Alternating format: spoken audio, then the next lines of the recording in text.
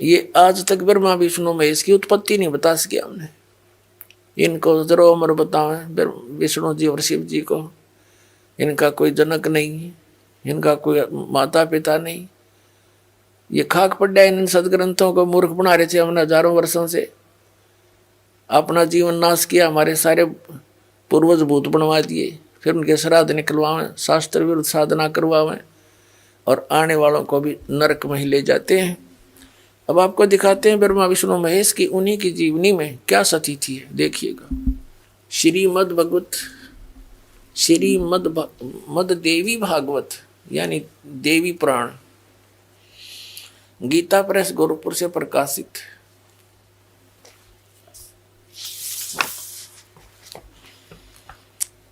संपादक हनुमान प्रसाद पोदार चिमनलाल गोस्वामी। थोड़ा सा हिंट दिखाएंगे 123 पृष्ठ पे।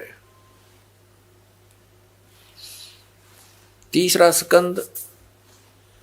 भगवान विष्णु अपनी माता दुर्गा की, देवी की स्तुति करते हुए कह रहे हैं, तुम शुद्ध स्वरूपा हो, ये सारा संसार तुम ही से उद्भासित हो रहा है।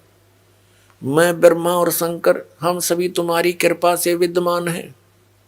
हमारा आविर्भाव यानी जन्म और तिरोभाव माने मृत्यु हुआ करता है। हमारा तो जन्म और मृत्यु हुआ करता है। केवल तुम ही नित्य हो, जगत जननी हो, प्रकृति और सनातनी देवी हो। भगवान शंकर बोले, देवी यदि महाभाग विष्णु तुम्ही से प्रकट हुए हैं तो उनके बाद उत्पन्न होने वाले ब्रह्मा भी तुम्हारे बालक हुए। फिर मैं तमोगुणी लीला करने वाला शंकर क्या तुम्हारी संतान नहीं हुआ?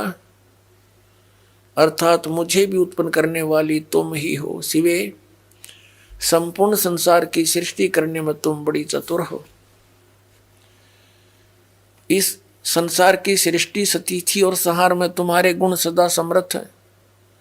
उन्हीं तीनों गुणों से उत्पन्न हम ब्रह्मा विष्णु एवं शंकर नियमानुसार कार्य में तत्पर रहते हैं।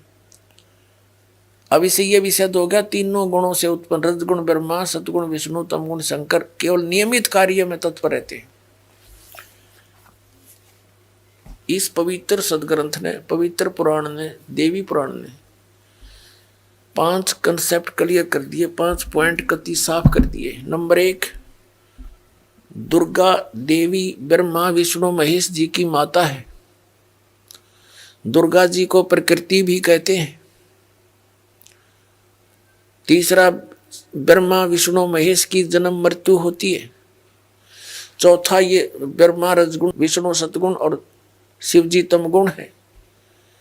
और 5वां कि ये केवल नियमित कार्य ही कर सकते हैं, जैसा आपके भाग्य में है वैसा ही दे सकते, उसमें कोई परिवर्तन नहीं कर सकते। इस शिव पुराण के अंदर लिखा है, पवित्र शिव पुराण के अंदर, कि श्री ब्रह्मा जी रजगुण और श्री विष्णु जी सतगुण का आपस में विवाद हो गया, झगड़ा हो गया। अपना आत्मा दास का है तो विदग्ध इनके इतिहास बताते हैं तो आपको स्वीकार्य होगा। ये देखिए, ये है श्री शिव महापुराण हिंदी टीका सहित भाग 1। श्री शिव महापुराण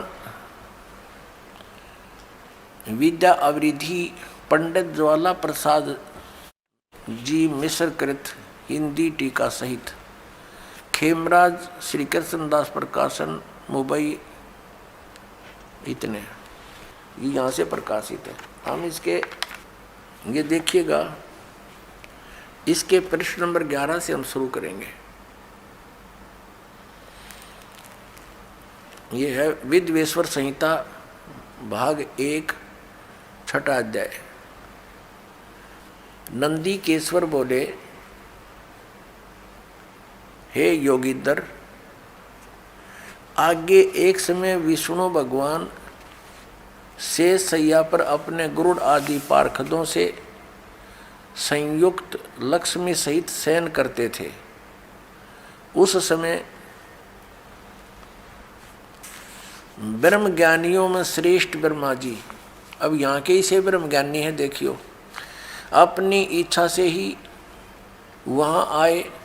सब प्रकार सुंदर सेज पर शयन करते हुए कमल लोचन विष्णु जी से पूछने लगे, तुम कौन हो जो मुझे देखकर अभिमानी पुरुष के समान शयन करते हो? हे वत्स, हे बेटा।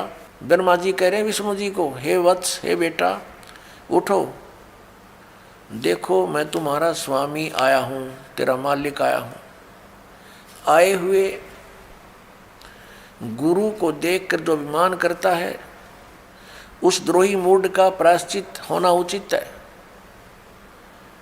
यह सुनकर विष्णु जी के अंतर में तो क्रोध हुआ, अंदर तो बड़ा गुस्सा आया, पर ऊपर तो शांत बने रहे, परंतु बाहर से शांत रहे और बोले, हे वत्स, हे बेटा, तुम्हारा मंगल हो, बैठो, इस आसन पर विराजमान हो। अब विष्णु जी कहे, उसने ब्रह्मा जी को कहा, जा बेटा बैठ जा। इस समय तुम्हारा नेत्र कुटिल और मुख वक्र यानी टेढ़ा क्यों हो रहा? गुस्से में हो रहा था ब्रह्मा जी। ब्रह्मा जी बोले, हे वत्स, हे बेटा विष्णु, तुमको समय के प्रभाव से अभिमान है। हे पुत्र, मैं तुम्हारा रक्षक और जगत का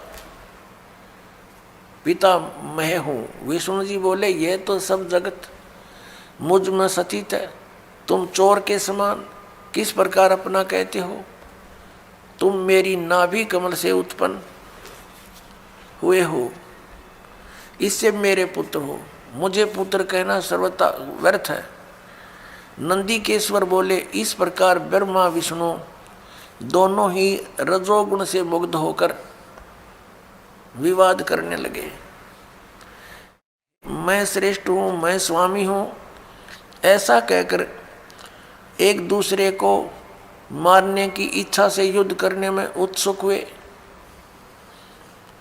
अब देखो, संपूर्ण देवता विमान में बैठकर वो तो लठ बजाने तैयार हो रहे हैं, और हमारे देवता फिर क्या क्रिया करते हैं? तब संपूर्ण देवता विमानों में बैठकर उस महाअद्भुत युद्ध को देखने चले आए और आकाश में उनके ऊपर फूल बरसाने लगे।